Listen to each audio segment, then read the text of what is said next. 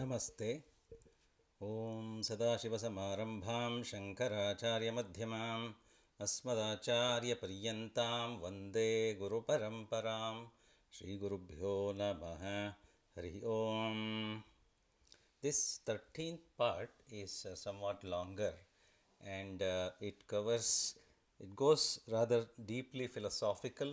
It includes the famous Gayatri mantra, and it describes the difference in how one approaches life between an ordinary person and one who has attained real self-realization or Brahma Gnana.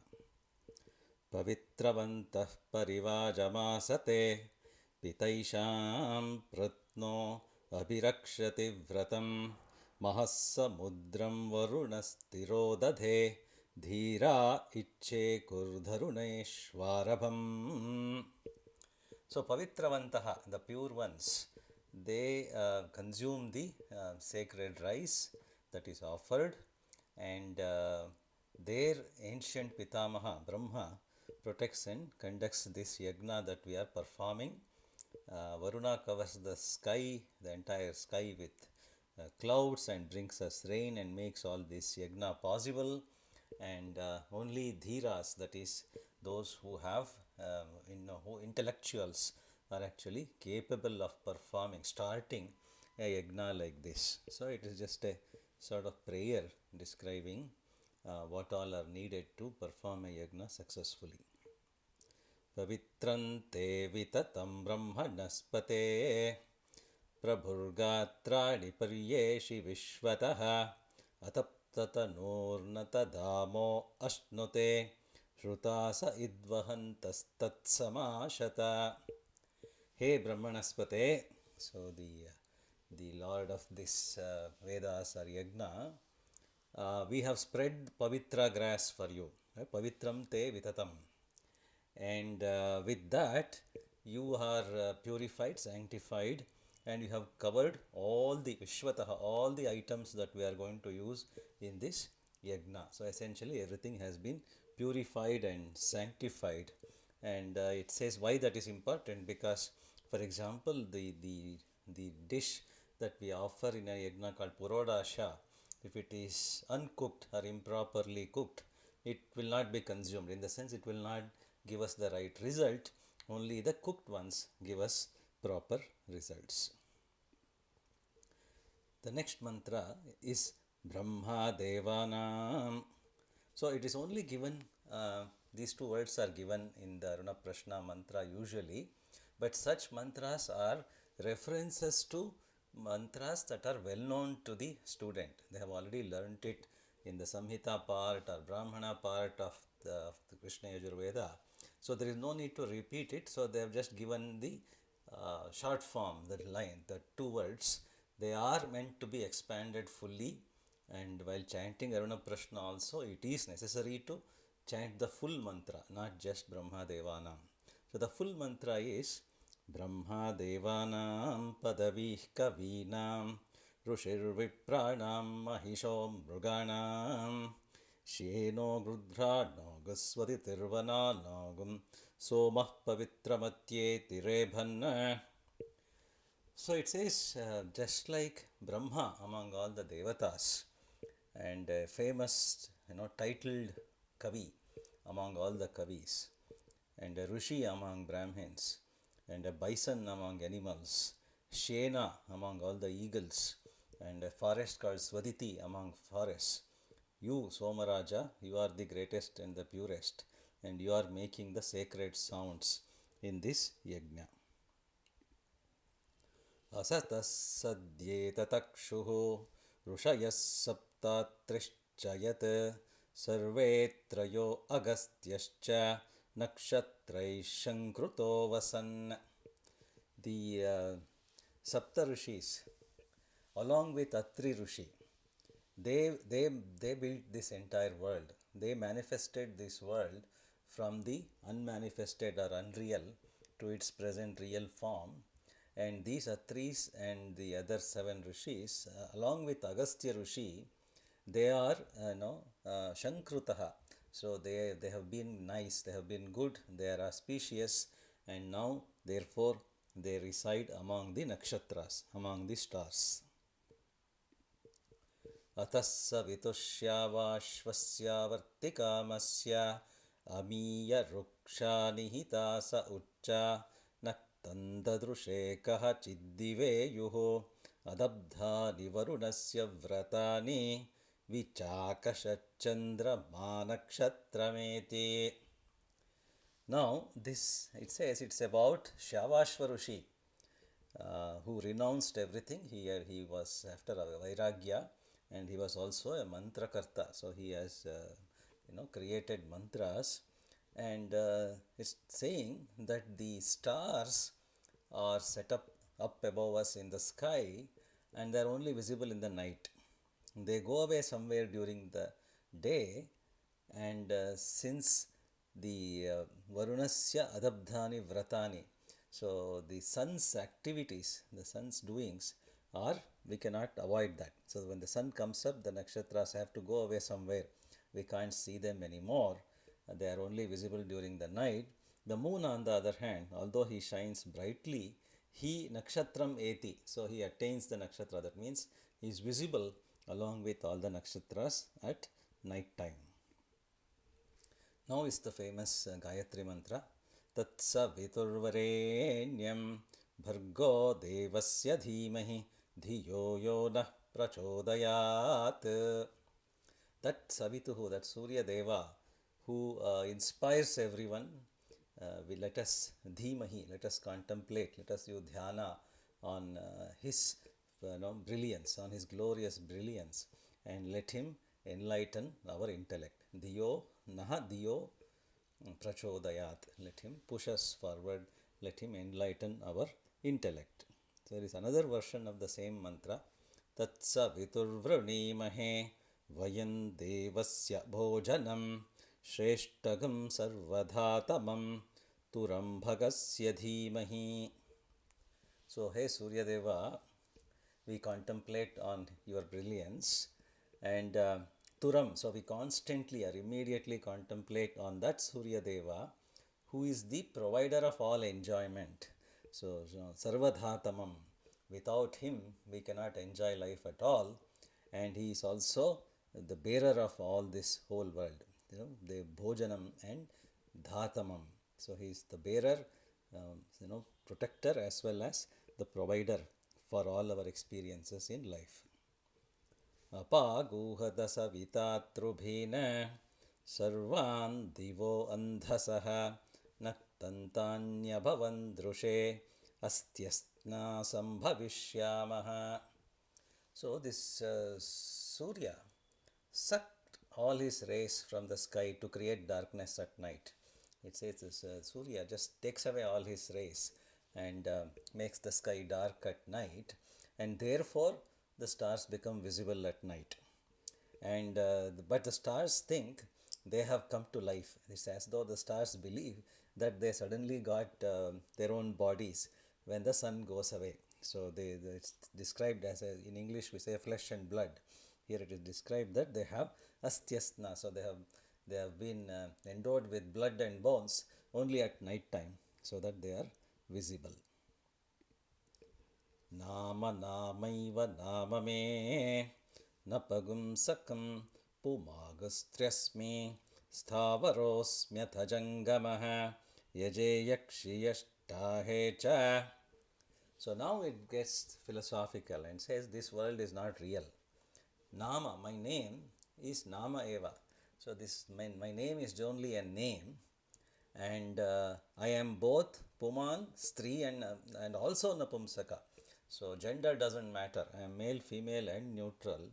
My name is just a name. Sthavara Jangama. So the stationary objects like stones, rocks, and trees, and so on, and the moving ones, animals, are all me only. And now I am living in this body. Yaje, Yakshi, Yashtahe. So now I live in this body. I was in some other body earlier, and I will be in some other body, another body later. So it is saying, don't attach too much importance to things in this world, their names, categories, and so on. maya bhutanyayakshata pashavo mama bhutani anubandhyosmyaham vibho. All the beings, Bhutani, Ayakshata, they all worship me, they all praise me. Bhutani, the Panchabhutas, the five elements, and Pashavaha, the animals, they are all Mama, they are all mine. And Anubandhyaha, so I exist, and Aham Asmi, so I exist and I am related to everything, Vibhuhu. So I am related to everything in this world. That means this Paramatma is saying that I am there in everything that is Thavara, Jangama, and Pashavaha and Panchabhutas. Everything has me in it. I am related to all of it.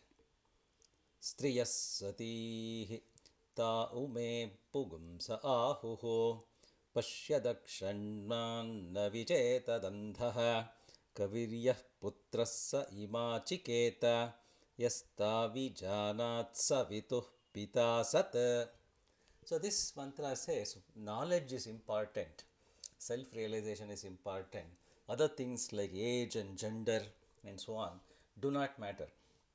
So women or women who are enlightened, let's say they have been enlightened from the knowledge they gain from gurus, they are self-realized, they are considered men, they should be considered equivalent to men. On the other hand, a man who has eyes and can see but doesn't see the reality of this world, hasn't realized himself, is as good as blind. Similarly, a small boy, Putra, who sees reality and understands that everything is this myself, the Paramatma, he is actually a father to his own father. So, Pitasat. So, he is actually a guru or father to an adult, although he is only a child, because his knowledge is more important than his age or gender. Now, it gives an illustration, something puzzling, and to explain what's the difference between someone who has who is self-realized and who is not. Andho manima vindata tamananguliravayat agriva pratyamunchata tamajihva asaschata.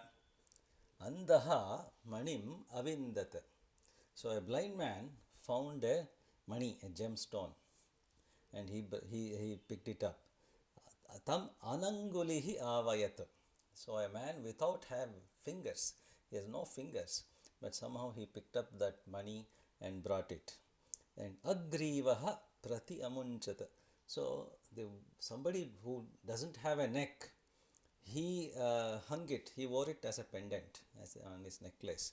So how can one hang money in front of himself if he has no neck? And finally, someone without a tongue praised it and talked about it and described this money.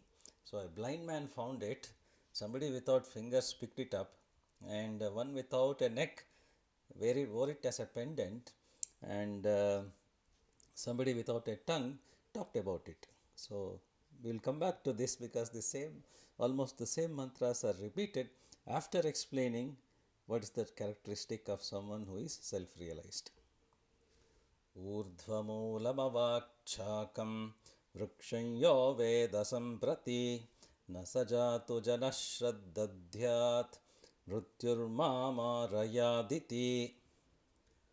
This is again Urdhvamoolamavakchakam is a popular idea which also occurs in Bhagavad Gita and other places.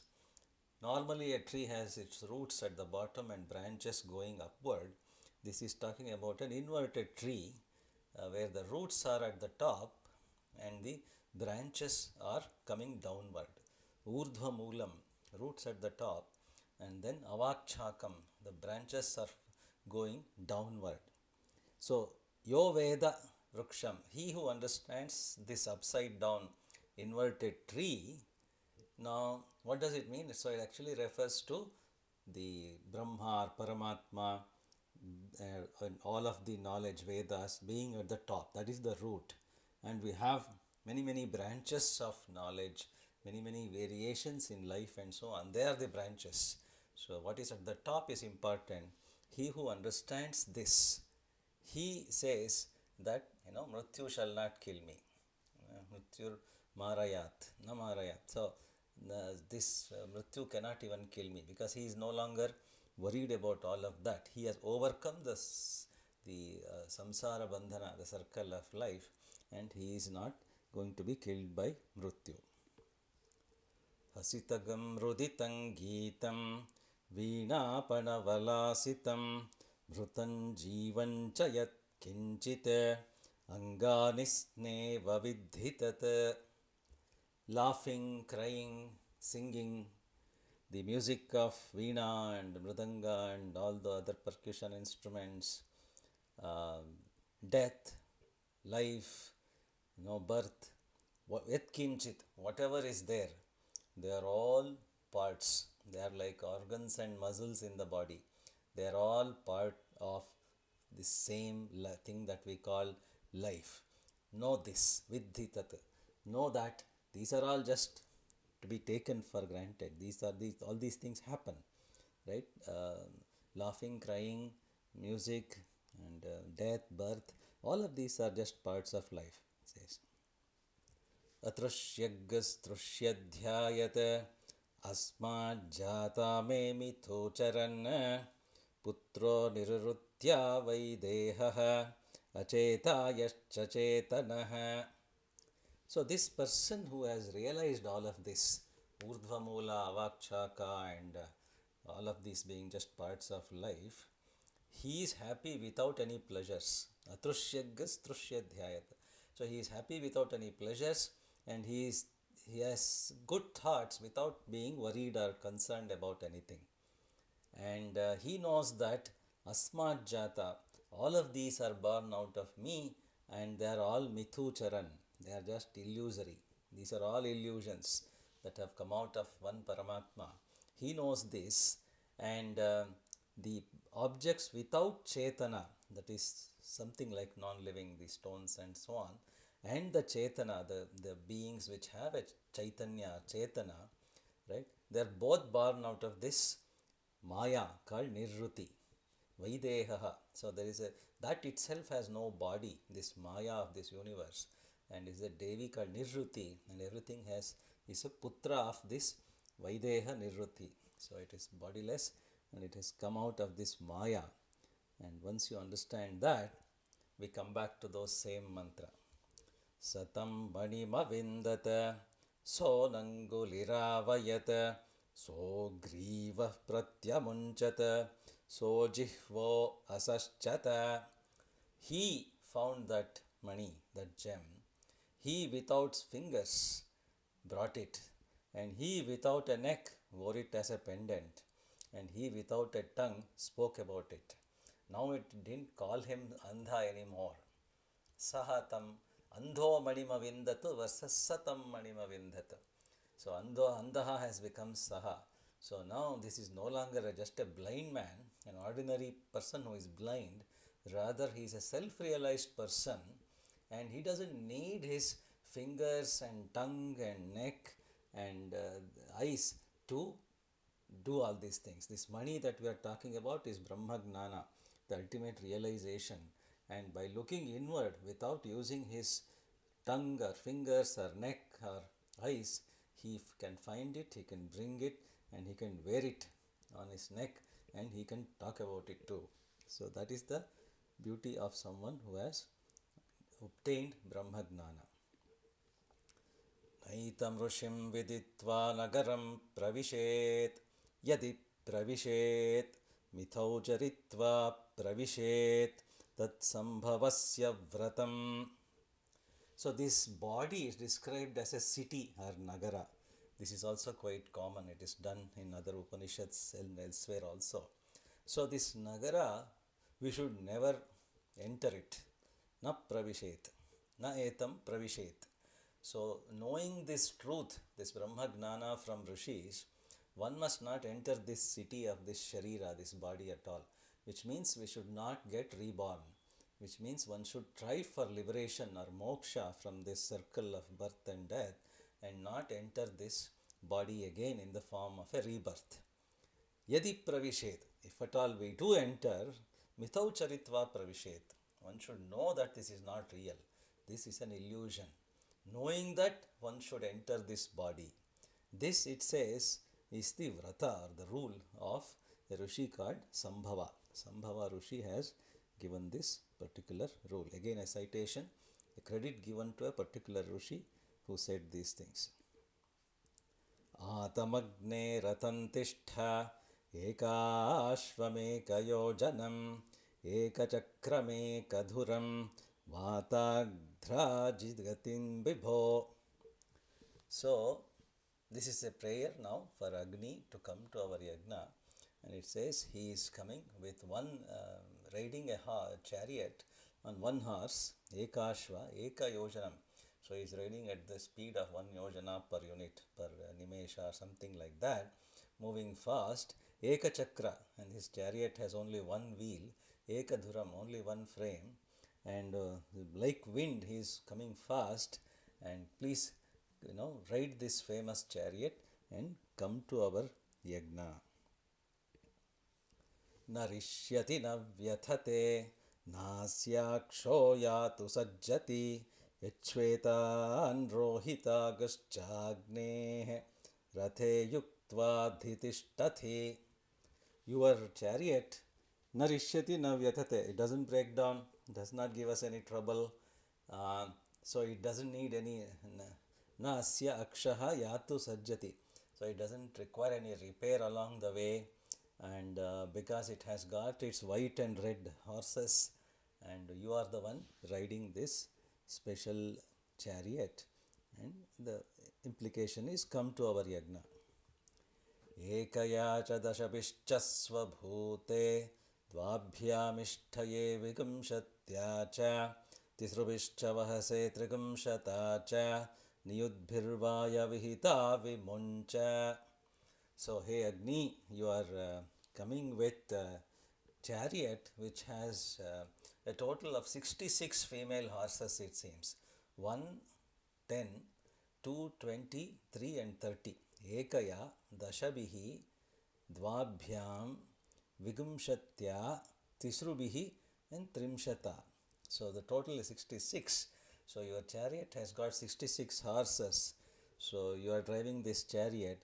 Come here to our yajna and let the horses free. So it's a prayer to Agni. So this particular part has, as I said, Gayatri Mantra and a reference to some very deeply philosophical statements. I have only glanced over the meanings of some of these statements here, but the illustration, especially of a blind man finding money and so on, is a beautiful one, and one must study this more deeply and contemplate on this.